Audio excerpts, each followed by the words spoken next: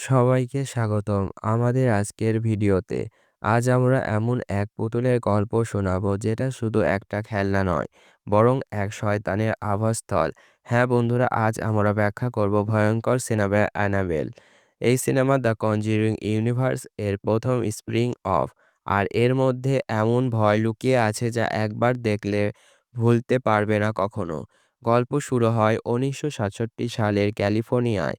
এক সুখী দম্পতি জন ফ্রম আর তার গর্ভবতী স্ত্রী মিয়া ফ্রম, তারা খুব শীঘ্রই তাদের প্রথম সন্তানের আগমন প্রত্যাশা করছে। জন মিয়াকে সারপ্রাইজ দিতে একটা পুরনো বিরল পুতুল এনে দেয়। সাদা পোশাক, লাল ফিতা আর সেই ভয়ানক হাসি। মিয়া খুব খুশি হয় কারণ সে পুতুল কালেক্টর। কিন্তু দর্শক হিসেবে আমরা বুঝতে পারি এই পুতুলের মুখে যে হাসি আছে তাতে কিছু একটা ঠিক নেই। এক রাতে পাশের বাড়ির প্রতিবেশী চিৎকার করে ওঠে। জানালা দিয়ে দেখা যায় রক্তে ভেজা ভয়ঙ্কর দৃশ্য। জন পুলিশ ডাকতে যায় আর মিয়া ঘরে একা। হঠাৎ ঘরের ভেতরে এক অচেনা মেয়েকে দেখতে পায়, তার হাতে ছুরি আর চোখে পাগলামি। সেই মেয়েটি মিয়াকে আক্রমণ করে। পুলিশের গুলিতে মেয়েটি মারা যায় আর তার রক্ত ছিটকে পড়ে পুতুলটার গায়ের উপরে। মেয়েটি আসল নাম ছিল অ্যানাবেল হিন্স, এক শয়তানি পূজারী। মৃত্যুর আগে যে মেয়েটির দেখা যায় সে আত্মা ওই পুতুলের মধ্যে বন্দি করে রাখে। ঘটনার পর মিয়া ভয় পেয়ে যায়।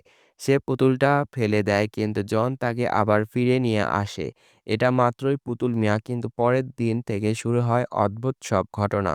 দরজা নিজের থেকে বন্ধ হয়ে যাওয়া, পুতুলের জায়গা বদলে যাওয়া, শিশুর ঘর থেকে অদ্ভুত কান্নার শব্দ।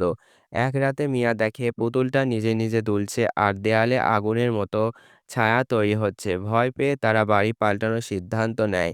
তারা শহরে এক অ্যাপার্টমেন্টে চলে আসে। নতুন পরিবেশ, নতুন জীবন।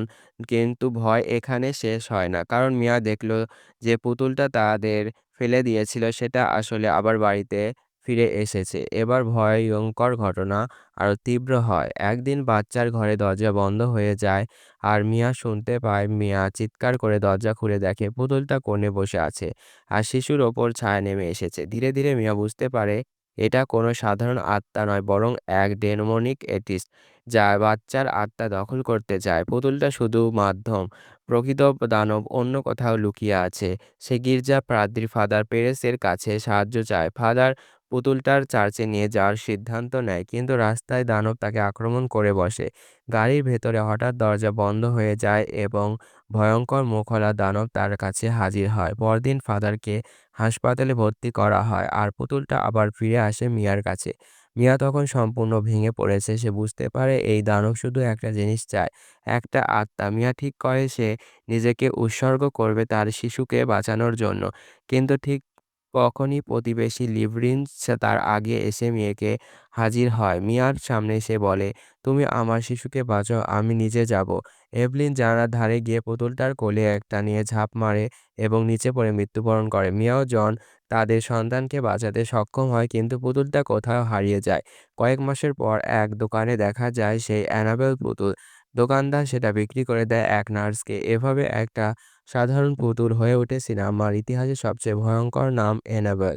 এই সিনেমা আমাদের শেখায় দানব সবসময় আগুনের ভেতর জন্মায় না, কখনো কখনো তারা লুকিয়ে থাকে নিরীহ মুখের হাসিতে।